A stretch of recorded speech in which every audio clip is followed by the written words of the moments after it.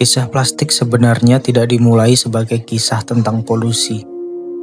Semuanya berawal pada tahun 1959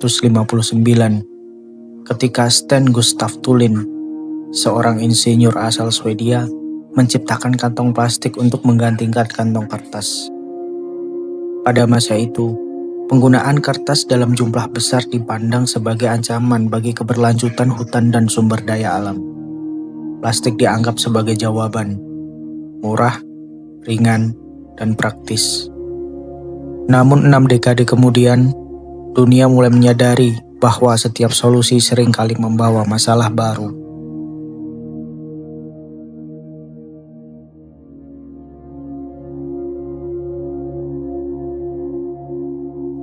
Menurut National Geographic Indonesia, jika tren saat ini terus berlanjut tanpa perubahan berarti, bumi dapat dibanjiri hingga 1,3 miliar ton limbah plastik pada tahun 2040, mencemari daratan, sungai, dan lautan yang menjadi penopang kehidupan manusia.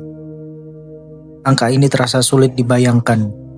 Dalam kurun waktu hanya sekitar 65 tahun sejak pertama kali diperkenalkan secara massal, manusia telah memproduksi sekitar 8,3 miliar ton plastik. Jumlah yang sangat luar biasa besar untuk material yang relatif baru dalam sejarah peradaban manusia. Sebagai gambaran, berat tersebut setara dengan sekitar 25.000 gedung Empire State di New York atau kurang lebih 1 miliar ekor gajah. Namun masalah terbesar bukanlah banyaknya plastik yang diproduksi, melainkan betapa singkatnya plastik digunakan. Sebagian besar produk plastik seperti kemasan makanan dan minuman hanya dipakai dalam hitungan menit sebelum akhirnya dibuang. Akibatnya, lebih dari 70% plastik yang pernah diproduksi kini telah berubah menjadi sampah. Sebagian memang berakhir di tempat pembuangan akhir, tetapi dalam jumlah yang sangat besar, limbah plastik justru lolos ke lingkungan. Ia mengalir melalui sungai, menumpuk di pesisir, dan pada akhirnya bermuara di lautan, menciptakan jejak pencemaran yang kini dapat ditemukan hampir di setiap sudut planet ini. Untuk memahami seberapa besar krisis plastik yang sedang dihadapi dunia, sekelompok peneliti dari University of California, Santa Barbara, melakukan salah satu kajian paling komprehensif yang pernah dilakukan. Penelitian yang dipublikasikan dalam jurnal Science Advances itu menjadi upaya pertama untuk menghitung berapa banyak plastik yang telah diproduksi manusia sejak material ini diperkenalkan, sekaligus menelusuri kemana seluruh plastik tersebut berakhir.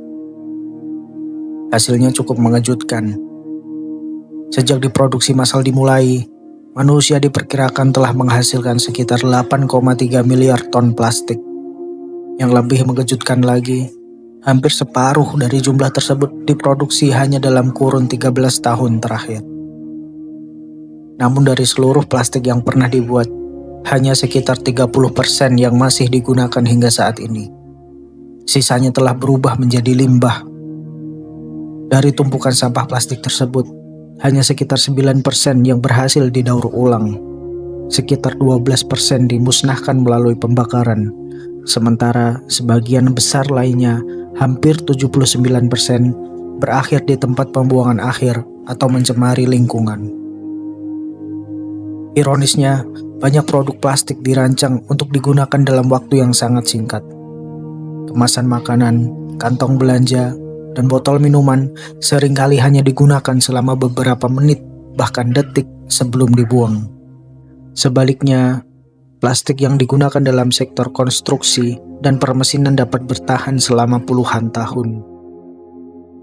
Ketimpangan inilah yang membuat volume sampah plastik terus meningkat dari waktu ke waktu. Dan jika tren konsumsi serta pengelolaan limbah saat ini tidak berubah, maka peneliti memperkirakan jumlah plastik global dapat melonjak hingga mencapai 12 miliar ton pada tahun 2050. Sebuah angka yang bukan hanya sulit dibayangkan, tetapi juga menjadi peringatan tentang masa depan planet yang sedang kita wariskan kepada generasi berikutnya. Tidak dapat disangkal, plastik adalah salah satu penemuan paling revolusioner dalam sejarah manusia. Material ini ringan, kuat, tahan lama, dan mampu beradaptasi untuk segala kebutuhan. Berkat sifat-sifat tersebut, plastik digunakan dalam jumlah yang melampaui banyak material buatan manusia lainnya, termasuk besi, semen, dan bata. Sejak diproduksi secara massal pada dekade 1950-an, plastik perlahan menyusup ke hampir setiap aspek kehidupan modern. Ia hadir dalam kemasan makanan yang kita gunakan setiap hari, pakaian yang kita kenakan, hingga komponen pesawat terbang dan material tahan api yang mendukung berbagai teknologi canggih. Namun di balik segala keunggulannya, tersimpan sebuah paradoks. Karena alasan yang sama yang membuat plastik begitu berharga bagi manusia, plastik juga menjadi ancaman besar bagi lingkungan. Plastik dirancang untuk bertahan lama, dan ketika dibuang, ia tidak benar-benar menghilang. Berbeda dengan material organik yang dapat kembali menjadi bagian dari alam, sebagian besar plastik tidak dapat terurai secara alami dalam waktu yang singkat. Ia hanya akan pecah menjadi bagian-bagian yang lebih kecil, namun tetap ada di lingkungan selama puluhan hingga ratusan tahun. Hingga saat ini, hanya ada sedikit cara untuk menghancurkan plastik secara permanen. Salah satunya adalah melalui suhu yang sangat tinggi dalam proses yang dikenal sebagai pirolisis, atau dengan membakarnya secara langsung. Namun solusi tersebut bukan tanpa konsekuensi. Proses pembakaran dapat melepaskan berbagai zat berbahaya yang berisiko terhadap kesehatan manusia dan memperburuk pencemaran lingkungan. Dengan kata lain, dunia modern telah menciptakan sebuah material yang nyaris sempurna untuk digunakan, tetapi sangat sulit untuk disingkirkan setelah tidak lagi dibutuhkan. Namun persoalan plastik tidak berhenti pada tumpukan sampah yang kita lihat setiap hari. Ancaman sebenarnya jauh lebih besar, karena plastik tidak hanya mencemari lingkungan, tetapi juga perlahan memasuki tubuh manusia. Di balik kepraktisannya, banyak produk plastik mengandung berbagai senyawa kimia berbahaya, seperti bisphenol A atau BPA dan ftalat. Zat-zat ini diketahui dapat mengganggu sistem endokrin, yaitu sistem yang mengatur keseimbangan hormon dalam tubuh manusia. Paparan jangka panjang terhadap senyawa tersebut dikaitkan dengan berbagai masalah kesehatan, mulai dari gangguan reproduksi, diabetes, hingga meningkatnya risiko beberapa jenis kanker. Bahaya lain muncul ketika plastik dibakar. Di banyak tempat, pembakaran plastik masih dianggap sebagai cara tercepat untuk mengurangi volume limbah. Padahal proses ini melepaskan berbagai zat beracun ke udara, termasuk dioksin dan furan. Ketika terhirup, zat-zat tersebut dapat menyerang sistem pernapasan, memicu asma, merusak sistem saraf, dan meningkatkan risiko kanker paru-paru. Namun mungkin ancaman yang paling mengkhawatirkan adalah sesuatu yang bahkan tidak dapat kita lihat dengan mata telanjang, yaitu mikroplastik.